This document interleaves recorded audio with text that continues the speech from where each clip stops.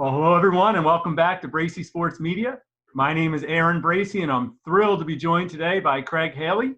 Craig is the National FCS College Football Writer for Stats Perform. Craig also coordinates the National Media FCS Top 25 poll and the season-ending FCS Awards. Craig is also a former colleague of mine at the Trenton Times. Craig, thanks so much for joining us today on Bracy Sports Media. Thanks for having me on, Aaron. It's a pleasure. If you're watching this on our YouTube channel, you can also access this interview on our podcast. Just download Bracy Sports Media wherever you get your podcasts. And if you're listening on our podcast, you can also watch on our YouTube channel on Bracy Sports Media YouTube. Finally, please be sure to check out our website, bracysportsmedia.com. Greg, let's get right into it. But before we start talking about FCS, I need to thank you.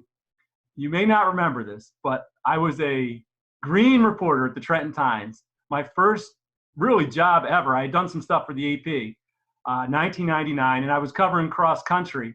And I was trying to get some stats together, and I just put the times in, and I wasn't really paying that close attention to the accuracy. And I remember you telling me the importance of being accurate, and that has stuck with me throughout my journalism career. And I just want to thank you for that.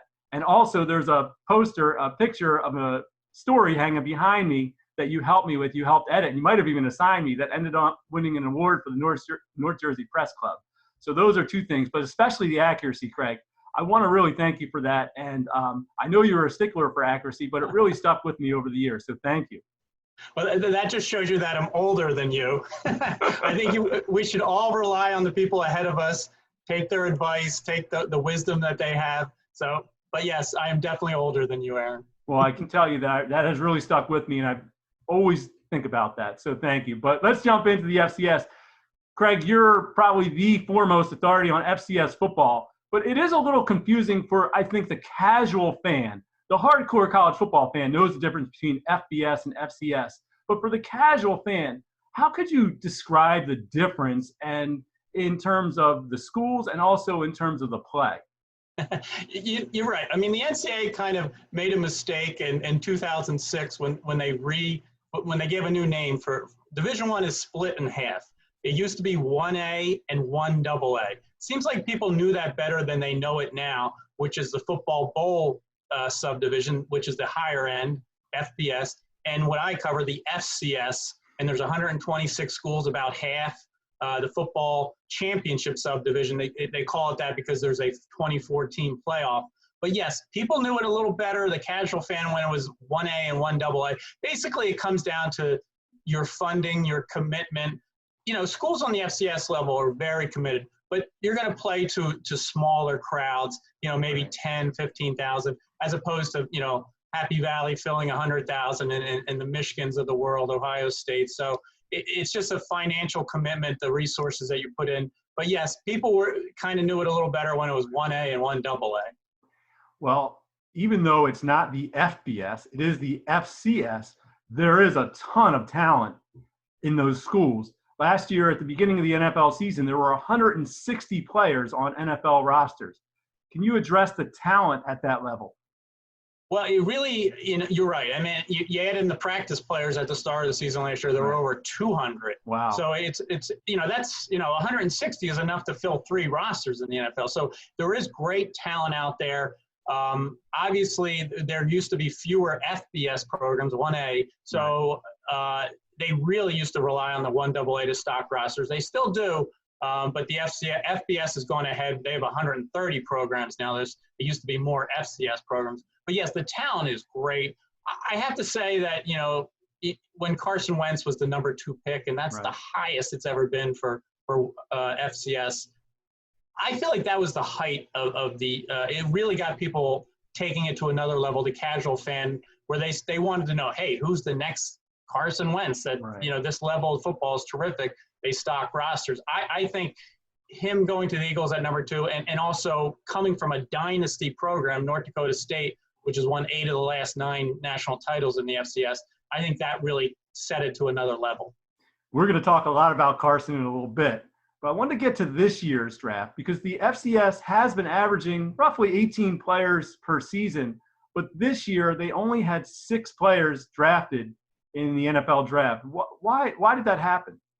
It is the fewest ever. I mean, yes, you're right. About 18 had been the average for a long time.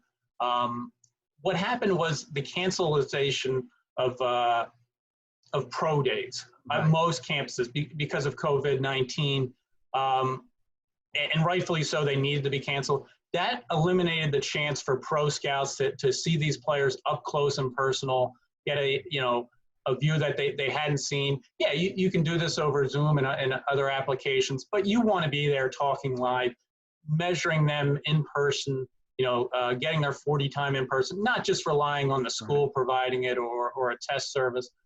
That really impacted it. And the NFL just decided, you know what, we're going to sign guys as undrafted free agents, not drafts, players that we're still a little unsure of, and go to the bigger FBS schools. I mean, you saw how many LSU and Alabama players were drafted. It just was endless. And in a typical year, there's more FCS players taken. They just didn't take the chance this year. Yeah, I think the Eagles took the whole Auburn offensive line.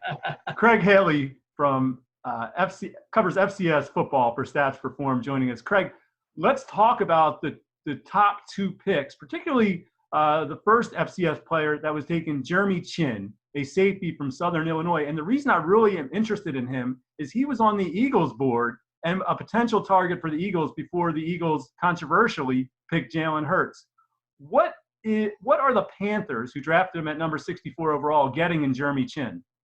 Well, a lot of people think him going 64th, the last pick of the second round, Jeremy Chin, that he was a steal. He was projected probably around 50. He's 6'3", 221. That's tremendous for a safety. He can play some corner, which really makes him a physical specimen. It might play a little linebacker at times. I mean, he fits that positionless idea that's becoming popular in football, where you move guys around. The Panthers, obviously, they traded up to get him. They were in the third round and traded up. I just think that he tested well at the combine. He played well at the Senior Bowl. I think he has FBS size, right? And coming from an FCS school, I just think he was kind of a steal going that late in the second round. And the draft went the way it should for the FCS. Just Chin and Adam Troutman, the Dayton tight end, going to the Saints in the third round. It was just the two of them expected for the first 2 days. It was the third day that was disappointing, where only 4 more players were selected. Craig Haley, who covers FCS football for Stats Perform, joining us here on Bracy Sports Media. All right, Craig, let's look at the Eagles. They picked up 2 FCS players as undrafted free agents. The first one is a linebacker named Dante Olson from Montana, who actually won the Buck Buchanan Award. I talked about him in a quick second. And the second was a cornerback, Prince Smith from New Hampshire, a Philly native from Emotep Charter. But Olson is a tackling machine, 330 tackles in the last couple seasons. What can you tell us about, what can you tell Eagles fans about him, and why do you think he wasn't drafted? Sure.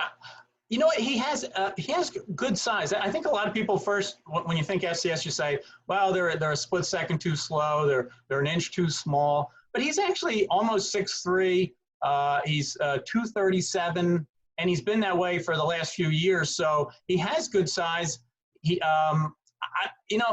reads plays well. He might not be the ideal foot speed for an NFL linebacker. But you know what? The other thing about the FCS level is you come in with something to prove. You feel, you're in the shadow of the FBS, and it puts a little chip on your shoulder. My company sponsors the awards in the FCS, and as you mentioned, he won the Buck Buchanan Award. That's Buck Buchanan over my shoulder here. We hold the national awards banquet the night before the championship game. It was the 25th year for that award. Dexter Coakley was our first award winner. He was there to present. Georgia Buchanan, Buck's widow, was there to present. It was a special year. Dante Olson should do well. And on the other side, I just want to mention, at the NFL draft, so many coaches and general managers, had their kids there. I decided to bring my daughter Alex today. So, she doesn't talk back. Some say she resembles a cardboard cutout, but and she's also a college athlete or going to be one. Is that correct, Greg? She's got to play college softball beginning this coming school year at Susquehanna University. Even Bill Belichick, he had a family member at the draft. So I thought I'd involve Alex today. But yeah, Dante Olson, I think he's going to come in with something to prove. Just a great tackle machine. Craig, if Olson and Smith or one or the other make the Eagles, they will join a heralded list of FCS players on the Eagles. You mentioned one, Carson Wentz, which we're going to talk about, but also people may not know Dallas Goedert was a second-round pick from South Dakota State, and the Eagles signed in the offseason Javon Hargrave, who was a third-round pick at South Carolina State. And, of course, Wentz. I want to get into Wentz a little bit, but how do players like a Hargrave and a Goedert and even a Wentz, how do they end up at the FCS level? What causes them to not get picked up by FBS? I think Troutman's a good example. Adam Troutman, the tight end from the Saints that we talked about from Dayton.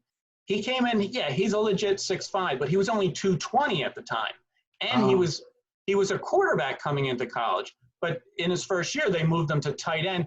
He put on that 35 pounds. He's now 255. I think that happens. Some of these players develop over time physically. Right. And by the time they get to the draft, people start to say, you know what? This is a hidden gem because he's gotten bigger over time. He's shown the productivity in his college career. A Goedert, a Hargrave, they've been outstanding from day one. Goedert came from South Dakota State, which is Carson Wentz's rival, at North Dakota State. So they have a good bond. Hargrave's been outstanding with the Steelers. There's many great talents. Cooper Kupp's really done well, third-round pick. You're not going to get a lot of first-rounders out of the FCS. It's only been 2 since 2018 or 2008, Carson Wentz being one. But you get these second, third, fourth rounders. David Johnson, he was a fourth rounder, to the Cardinals out of Northern Iowa. He was the legit weapon in the NFL a few years back. So there are great guys all the way down the line, through the 7th round. Let's get to Wentz because number 2 overall pick in 2016, the highest ever FCS player drafted. What was it like covering him at North Dakota State? And was his talent, like from the moment he stepped on the field, did people know, like, this guy is different than many other players? And just he came onto the national scene late. But for you from the beginning, what was it like covering him? Sure. And, he didn't get his opportunity to be a starter until his junior year at North Dakota State. They were already a dynasty at that point, and they had a quarterback, Brock Jensen, who had been starting, since his freshman year, came on late in his freshman year. So he had to wait his turn. Now, I can tell you when Carson was in college, they taught, the coaching staff let it be known to the media that, hey, we have this guy coming. And he has NFL size and an arm. It's just a matter he had to wait his turn behind Brock Jensen, who went on to play in the CFL. By the time he got there as a junior, you had seen glimpses of him, in backup role, but he just took off. And, they stayed the course. They won 2 national titles in his final 2 years. His senior year, he was probably on his way to winning the Walter Payton Award, which is our Offensive Player of the Year. The biggest award in the FCS. He got hurt, broke his wrist, then, missed 8 games, didn't come back to the championship game, and finished it off. He's a 2-time national championship game MVP. And he just, he was the talk of the Senior Bowl that year when he was there because he performed well, and people just said, you know what, he is on the rise. Why did he end up at North Dakota State, from what you can recall? Well, North Dakota State has a great recruiting area because there's not a lot of Division I surrounding them. You have the University of Minnesota not too far off, but you don't have a lot of FBS competition for recruiting. You don't have a lot of FCS competition. So those guys in the Midwest from Minnesota, they reached down to Nebraska. Craig Bowl, who's a coach at Wyoming now, he kind of got them going for an FCS dynasty. He came from Nebraska as an assistant. He knew it starts with the offensive line, so he's going out and recruited those big boys in the Midwest. But Carson just took a little time to develop, but once he got to college, that confidence soared. He had that size, and he was in a system, a pro system that got him ready, and he started to blossom right away once he was on campus. Craig Haley, who covers FCS football for Stats Perform, joining us here on Bracy Sports Media. Craig, let's get into some of the other things you do. Like I mentioned at the top, you do the FCS or coordinate the FCS Top 25 Media Poll and the awards. And the team that has just been dominating FCS is Wentz's alma mater, North Dakota State. You mentioned 8 and 9 national titles, 6-0 versus FBS schools, 137 and 13 over that time. Why is this school so successful? And how are they not? Could they possibly move up to FBS, or are they comfortable where they are? It's a great question. I mean, they were a Division II power and won national titles there. They moved up to FCS. They had the talent. When you move up divisions, you have to wait a transitional period, which is 4 years before you can participate in postseason play. But once they did, and in 2010, they just took off. I mean, that first year in the playoffs, they won a couple of playoff games. They made it to the quarterfinals, lost in overtime to Eastern Washington, which that year went on to beat Delaware in the championship game. And after that, 2011, they've won 8 and 9 since then. They have NFL type players, and it's phenomenal how many they have.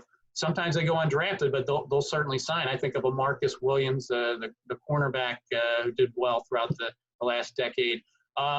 Joe Haig got drafted, a lineman. They've had different players, but they have a great setup where they're the thing to do up in Fargo. As I mentioned, the recruiting, they have a great base area that they can dominate. And as they started to win, players that could go to FBS programs and maybe be third, fourth string, they said, you know what, I want to be a starter at a national championship contender. Yeah, and one impressive thing is, as they built this dynasty, they've done it through the FCS has a 2014 playoff. It was 20 teams when they won their first title, and that lasted for 2 years, and it expanded again. So it's not like they're just winning 1 or 2 games to win a national title. They're winning 4 at a time.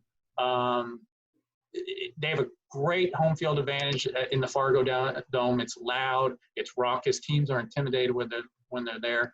As you mentioned, they're 6-0 the past decade against FBS. This year they kick off the season at Oregon. That is going to be a spotlight game. They want to play them. Yeah, people are going to want to see if they can knock off Oregon. Craig, you also coordinate the awards. There are 4 awards that your company gives out, or you coordinate: the Walter Payton Award, the Buck Buchanan Award, the Eddie Robinson Award, and the Jerry Rice Award. Can you explain those awards to our listeners? And also, who are some big sort of names that people would know that have won those awards? Sure. The Walter Payton Award, we just celebrated 33 years with that. I mean, that's the Offensive Player of the Year. It's the known award, the biggest known award in the division. Steve McNair, Brian Westbrook, Tony Romo. There's just been great names. Jimmy Garoppolo and Cooper Kupp in recent years. The Buck Buchanan Award, Dexter Coakley was a 2-time winner from the start. He comes and presents the award. Jared Allen, Rasheed Mathis won it. He went on to the NFL as a cornerback. The Eddie Robinson Award's our coach's award. That's also 33 years old now. Chris Ault, Jim Tressel, just great names. Andy Talley from Villanova has won. Houston Nutt, Paul Johnson. We've had great winners of that award. And the newest award is Jerry Rice. We'll be celebrating 10 years coming up. Jerry comes and presents it, or a family member at times. That goes to our National Freshman of the Year. And I'll tell you what, that's been a great award from the start, because not everybody, some of them are still in college. So out of our first 4 players who were eligible for the draft, 3 of them were drafted. Terrence West, running back, you remember, out of Towson. Cooper Kupp, Chase Edmonds, running back with the Cardinals. Out of the first 4, they were drafted. And this year, I mean, Case Cookus has won the Jerry Rice Award. He's a quarterback out of Northern Arizona. He just signed with the Giants after the draft. He went undrafted, but he's got NFL size. And so, I mean, we've had great success with that award, even though it's our newest one. Craig Haley, who covers FCS football for Stats Perform, joining us here on Bracy Sports Media. All right, Craig, I have one last question for you. I'm going to put you on the spot a little bit here. Looking ahead, looking forward, perhaps 2021, perhaps 2022, what FCS players should NFL fans be looking out for so they can kind of watch players that potentially could be, if not the next Carson Wentz, the Shins or the Troutmans, the guys who are going to be drafted high? Who should we be looking out for? Sure. And I tell you what, everybody since Carson Wentz's draft year, everybody, especially media, has latched on to the idea of who's the next Carson Wentz. He's a little bit of an anomaly going number 2. Gotcha. Maybe, we'll have some first rounders going forward. But again, usually we're talking, second round and beyond.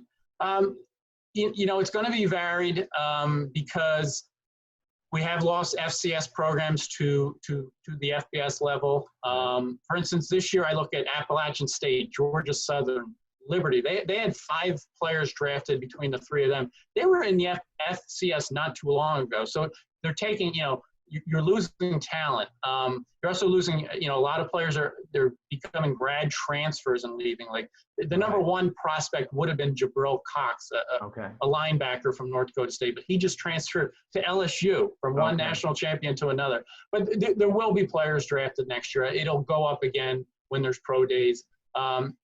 Dylan Redun's, I'm very high on him, a lineman from North Dakota State. JMU, James Madison's the other power in the division. Liam Fornadell, he's a lineman there. He'll be drafted. You're looking at out of Dante Olson's shadow at Montana. Jace Lewis is a linebacker there that'll get an opportunity.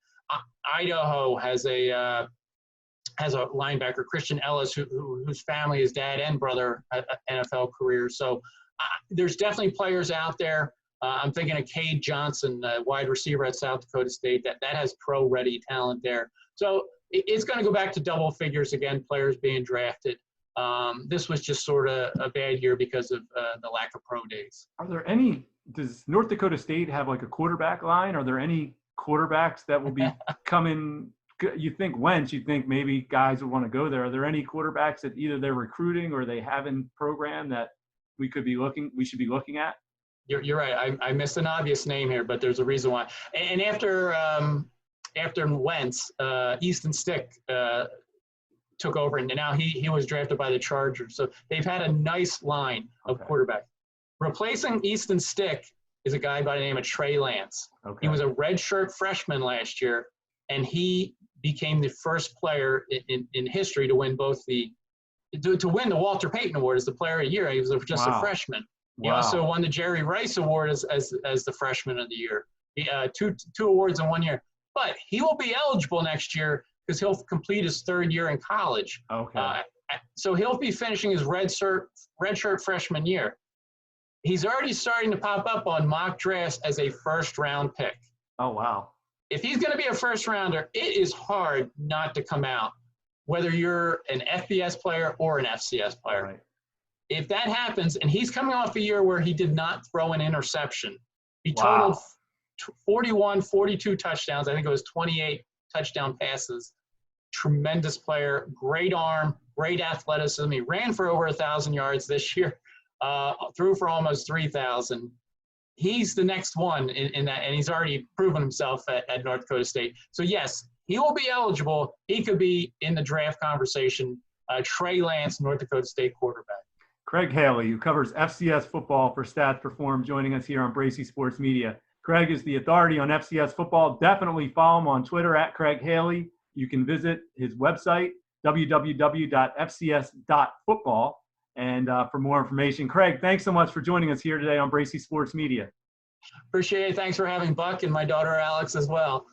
If you like our videos, please hit the subscribe button, turn on notifications, and also download and subscribe our podcast. And we look forward to seeing you again next time. Have a great day, everyone.